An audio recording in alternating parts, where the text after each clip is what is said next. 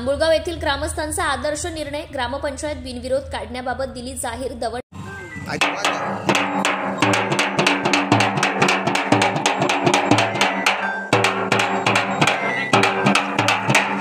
तुम्हाला बिनविरोध उभा करायचं हो, निवडून द्यायचं समजा गावाला लोकांना. अनेक वर्षांपासून गाव विकासापासून कोसो दूर राहिला.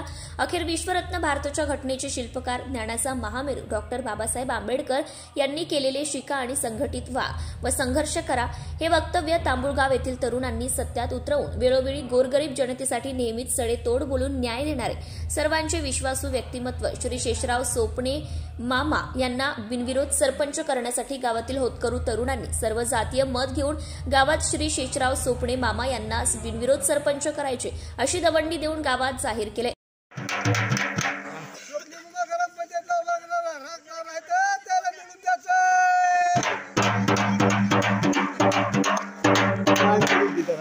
गावागावातील तरुणांनी तांबुळगाव येथील तरुणांचा आदर्श घ्यावा, यामुळे पार्टीशन माणसातील वैरभाव दूर होतील यात तीळ मात्र शंका नाही.